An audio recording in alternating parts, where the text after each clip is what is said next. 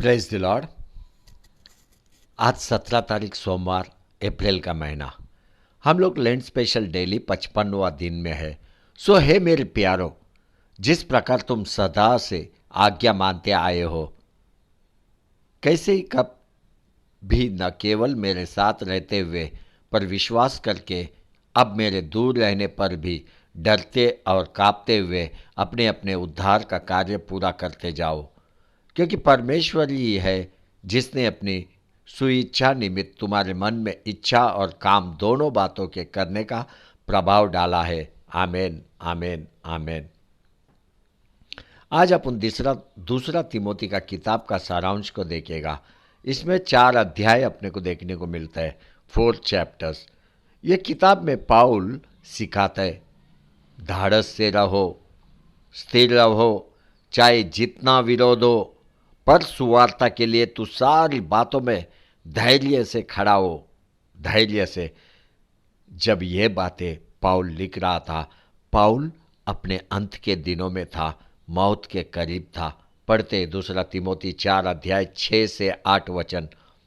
क्योंकि अब मैं अर्ध की नाई उंडेला जाता हूं और मेरे कुछ का समय आ पहुंचा है। मैं अच्छी कुश्ती लड़ चुका हूं, मैंने अपनी दौड़ पूरी कर ली है, मैंने विश्वास की रखवाली की है। भविष्य में मेरे लिए धर्म का वह मुकुट रखा हुआ है, जिसे प्रभु जो धर्मी और न्यायी है मुझे उस दिन देगा, और मुझे ही नहीं वरन उन सब को भी जो उसके प्रकट होने के प्रिय जानते हैं। अब ये दूसरा तिमोथी का किताब स्वयं पौल ने लिखा। उसने अपने आत्मीय बेटे तिमोथी के लिए लिखा। उसने अपने बेटे को बोला, संकट आएगा, परीक्षा आएगा, तो विश्वास में स्थिर है। पौल ने अपने अंतिम दिनों का शब्द विश्वासियों को और पौल को और तिमोथी को प्रोत्साहन देने के लिए लिखा। दूसरा तिमोथी 3 अध्याय 14 वचन। पर तू इन बातों पर जो तूने सीखी है और प्रतीत की थी, यह जानकर दृढ़ बना रहे कि तू उन्हें किन लोगों से सीखा था। पौल बोलता है, तू प्रभु यीशु का वचन प्रचार कर। दूसरा तिमोथी 4 अध्याय 2 वचन, कि तू वचन को प्रचार कर, समय और असमय तैयार रहे, सब प्रकार की सहनशीलता और शिक्षा के साथ उलाना दे और डांट और समझा। मुख्य वचनों को हम पढ़ते हैं। दूसरा तिमोथी 1 अध्याय 7 वचन। क्योंकि परमेश्वर ने हमें भय की नहीं, पर सामर्थ और प्रेम और संयम की आत्मा दी है। दूसरा तिमोथी 3 अध्याय 16-17 वचन। हर एक पवित्र शस्त्र परमेश्वर की प्रेरणा से रचा गया है और उपदेश और समझाने और सुधारने और धर्म की शिक्षा के लिए लाभदायक है, ताकि परमेश्वर का जन सिद्ध बने और हर एक भले काम के लिए तत्पर हो जाए। दूसरा तिमोथी 4 अध्याय 2 वचन, कि तू वचन को प्रचार कर, समय और असमय तैयार रहे, सब प्रकार की सहनशीलता और शिक्षा के साथ उलाना दे और डांट और समझा। दूसरा तिमोथी 4 अध्याय 7 से 8 वचन।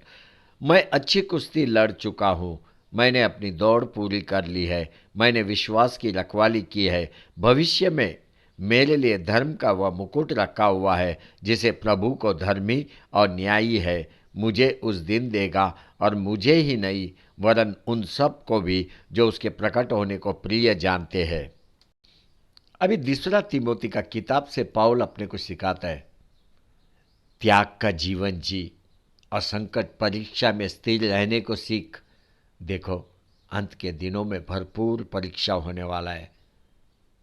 जब इजरायली मिस्र देश में थे, मूसा को भी विरोध का सामना करना पड़ा। परमेश्वर मूसा के साथ था, पर अपन देखते हैं मिस्र देश का राजा फारो और मिस्र देश के जादू टोना करने वाले लोग, ये सारे मूसा के विरोध में थे। क्या मूसा विश्वास में गिरा? नहीं, वो स्थिर था, उनके बीच में चला फिरा, और परमेश्वर भी मूसा को छोड़ा नहीं। इस समय में हर वो जो परमेश्वर का शब्द सुन रहा है, दूसरा तिमोथी का किताब पढ़, तेरे को प्रोत्साहन मिलेगा। आने वाले दिनों का सत्य तेरे को मालूम पड़ेगा।